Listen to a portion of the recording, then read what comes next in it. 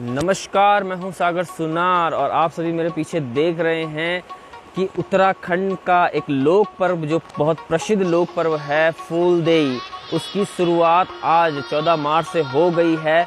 बच्चे फूल तोड़ने सुबह सुबह आ गए हैं और ये बच्चों की जो शुरुआत है ये बड़ी उमंग वाली शुरुआत है और बच्चों ने फूल तोड़ना प्रारंभ कर दिया है। अब बच्चे यहाँ से फूल तोड़कर अपने अपने परिवार की दहलीज पर डालेंगे, जहाँ पर वो उस परिवार की कुशल कामना के लिए गीत गाएंगे, जिस गीत को फूलदेई के दौरान गाया जाता है, फूलदेई क्षमा देई।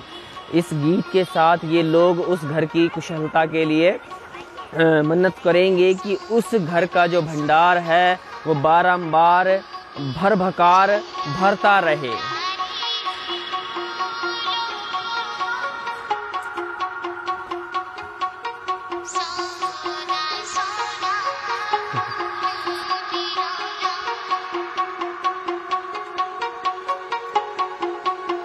जी सार्यूं मफूली गे होली फ्योली लैन मैं घर छोड़ावा जी घर बोण बड़ी गे होलू बालू बसंत मैं घर छोड़ावा जी सार्यूं मफूली गे होली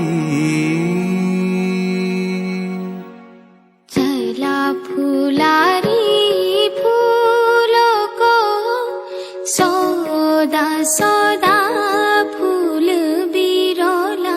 नमस्कार, मैं हूं सागर सुनार। आप सभी को उत्तराखंड के लोक पर्व फूलदेई की ढेर सारी शुभकामनाएं। फूलदेई पर्व सामान्यतः उत्तराखंड का एक लोक पर्व है जो कि उत्तराखंड में मनाया जाता है। उत्तराखंड के दो क्षेत्र कुमाऊं क्षेत्र और गढ़वाल क्षेत्र में यह पर्व बड़े उत्साह के साथ मनाया जाता है। कुमाऊं क्षेत्र में इसे फूलदेई और गढ़वाल क्षेत्र में इसे फूल संग्रांद के नाम से जाना जाता है। इस त्योहार के दिन बच्चे सुबह धूप लगने से पहले खेतों में जाकर, बिट्टों में जाकर क्यालू के, फ्योली के, बुरांस के, बासिया के और मोल के फूल तोड़कर सुबह सुबह अपने परिवार की दहलीज में डालते हैं और वहाँ पर डालकर वो उस घर की मंगल कामना की प्रार्थना करते हैं। जो फूलदेई हैं, इस त्योहार के दिन जिस घर पर हम खुशहाली के लिए फूल डाल रहे हैं, इस घर में खुशहाली आती रहे, बारंबार यहाँ पर इनके घर कुठियार भरते रहें और इस घर में बरगद हो। इस मंगल कामना के साथ बच्चों का ये उत्साह और बढ़ जाता है। आप लोग मेरे पीछे देख रहे हैं बच्चे कैसे दौड़ भाग कर फूल तोड़ने की कोशिश कर रहे हैं। चैत्र मास के प्रथम दिवस 1 गते हिंदी जो हमारा पंचांग है उसके अनुसार 1 गते को ये फूलदेई त्यौहार प्रारंभ होता है और इस त्यौहार के दिन बच्चे बड़ी उमंग के साथ सुबह सुबह फूल तोड़कर लाते हैं और अपने मुट्ठियों कंडलियों में भरकर इन फूलों को अपने परिवार की दहलीज में सुबह धूप लगने से पहले डालते हैं।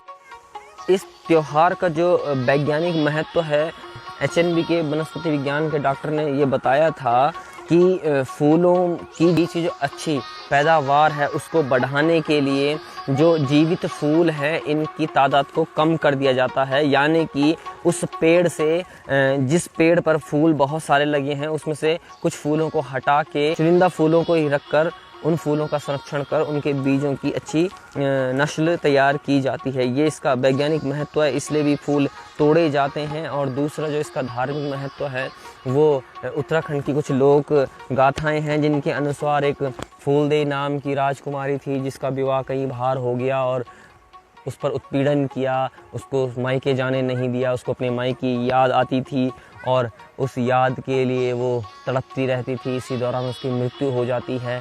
मृत्यु हो जाने के बाद उसके ससुराल वाले उसे नज़दीक में ही दफना देते हैं और जहाँ उसे दफना देते हैं वहाँ पर एक पीला फूल खिलकर आता है जिसे फ्योली कहते हैं। राजकुमारी की याद में ही लोग ये फूलदेई मनाते हैं। और दूसरी इसकी जो मान्यता है, दूसरी मान्यता इसकी दूसरा जो इस फूलदेई का वैज्ञानिक महत्व है वो यही है कि धूप लगने से पहले फूलों को इसलिए तोड़ा जाता है और डाला जाता है कि धूप लगने के बाद फूलों पे भंवरे आ जाते हैं और भंवरे आने से फूलों के परागण एक दूसरी तरफ हस्तांतरित हो जाते हैं, जिससे कि क्या होता है कि जीवन जो प्रत्याशा होती है वो फूलों की बढ़ जाती है। और मान्यता ये है धार्मिक देवभूमि उत्तराखंड की कि जहाँ पर जीवन प्रत्याशा बढ़ रही है उसे नष्ट नहीं किया जाता है, फिर उसे छोड़ दिया जाता है। तो इसलिए ही भंवरों के फूल पर बैठने से पहले ही फूलों को तोड़कर बच्चे दहलीज पर फूल डालते हैं। चला फुलारी फूलों को सौदा सौदा फूल बिरोला। जब फुलारी खेतों से फूल तोड़कर आते हैं तो सबसे पहले वो अपने गांव के मंदिर में फूलों को डालते हैं, उसके बाद वो घरों में डालना प्रारंभ करते हैं। चला फुलारी फूलों को सौदा सौदा फूल बिरोला। दोनों का जूठा फूल ना तोड़ा, मारो का जूठा फूल ना लाया।